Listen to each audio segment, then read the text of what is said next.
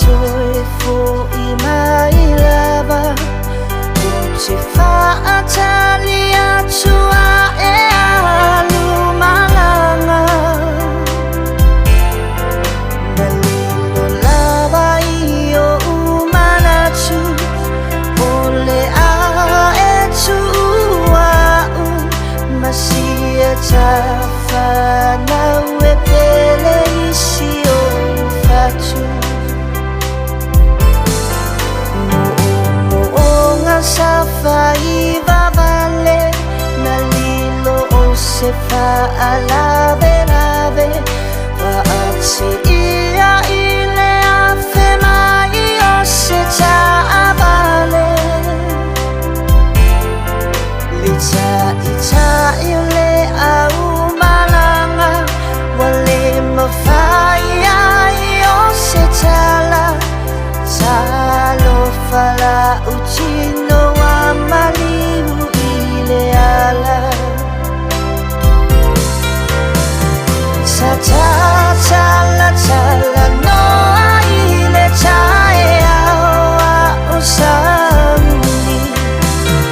le chapa ona mauso tonga lulu e fa abai chaini awase manuia mona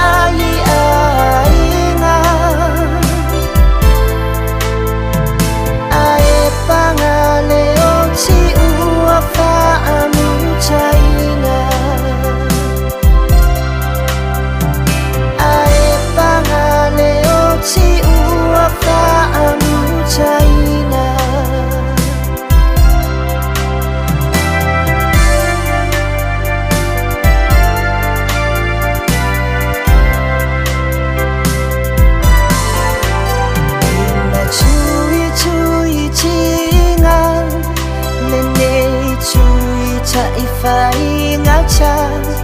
licha fana weto alima wachua siu wafafine la ichichi wa esola echele isi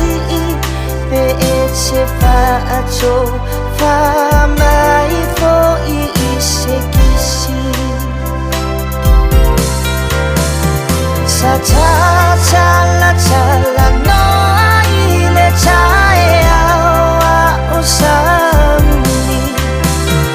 le chapa ona mauso tonga lulu e fa abai chaini awase manuia mona i ainga ae panga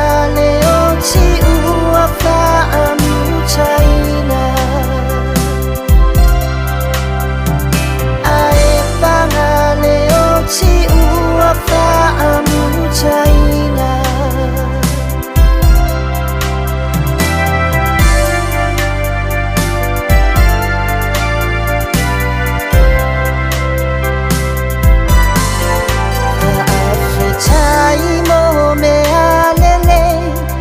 te fai a pe amo inacho so si malanga lava e se fo ima fa acha o se me afo e tinga due puno ai le ai se upu e te chali mo si la male fana mo se manai chalo faila upele ua amia inu ese aulo o tacho vala vala imaya e afe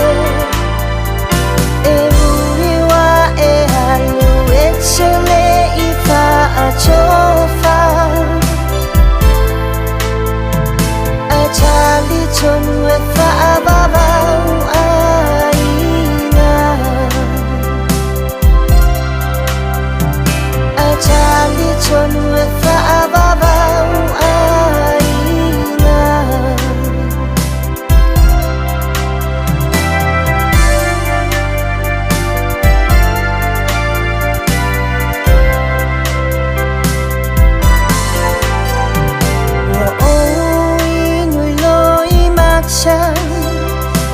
fa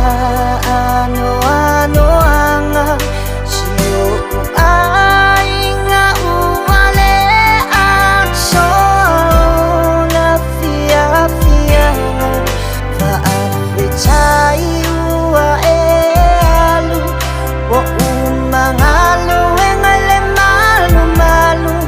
fa avavauai ainga ile langit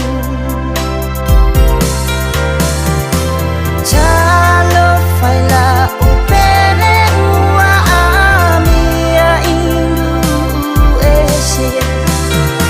Aulo o chacho vala vala imaya e afe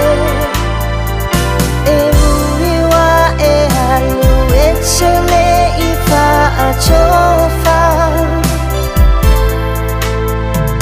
A chali chonu e fa ababau aina A chali chonu e fa ababau